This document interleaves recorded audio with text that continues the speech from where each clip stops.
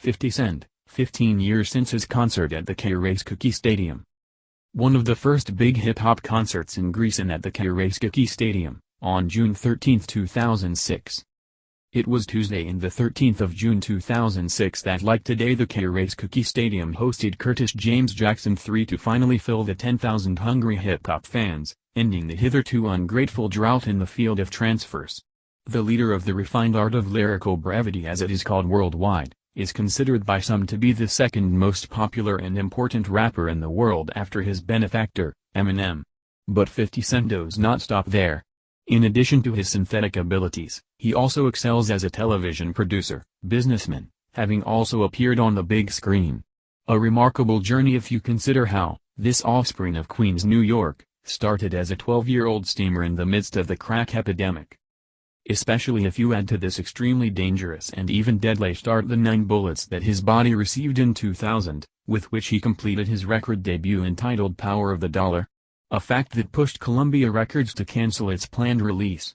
And yet, the driving force behind this two-legged creature was such that 2 years later, Guess Who's Back turned him into a protege of Eminem and Dr. Dre, who in turn is responsible for the global success of Get Rich or Die Tryin' and the coronation of the Survivor as the undisputed leader of the G-Unit off the East Coast of the United States.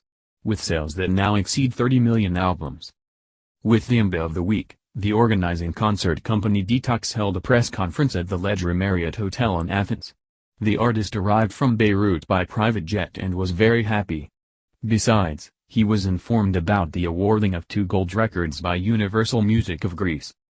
So I was impressed by the relatively small attendance the next day at the Stadium of Piraeus. With The Massacre and Get Rich or Die Tryin' having sold 25,000 copies, the fact that I stepped on the field in the afternoon scared my eye. It was empty. Fortunately, by the time the Hemiscumbrians took the stage, things were a little more human. But again, at 10 o'clock, the 2 imposing black jeeps of the protagonists of the night poked their noses. Tens of thousands of spectators should not have gathered. Number that the field dimensions automatically condemn. It was preceded in between by a 45-minute DJ set by the rector on stage. Young Black took over first. And to you the coveted one afterwards, dressed in all white, moonlit.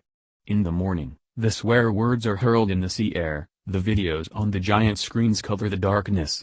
In a flash, the bullets that every now and then give a warlike atmosphere to the spectacle as a valuable effect of the DJ in the back. His dialogue with the public is constant, persistent and liberating, as is usual in hip-hop celebrations. As for the distinctive role of Olivia, it acted as a counterweight to all of the above.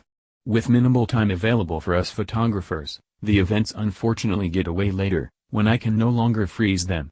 So images like the ones given by the motionless leader of the night when he climbed the sparkling scaffolding of the stage, have been recorded only on the hard disk of my brain. It almost left its dose.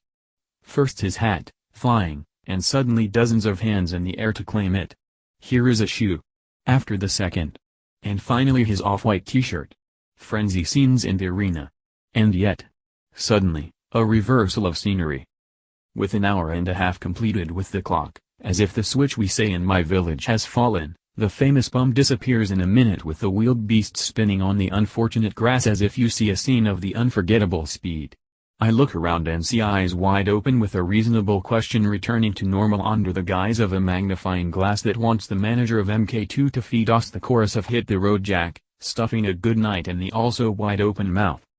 But 50 Cent was the one who opened the door.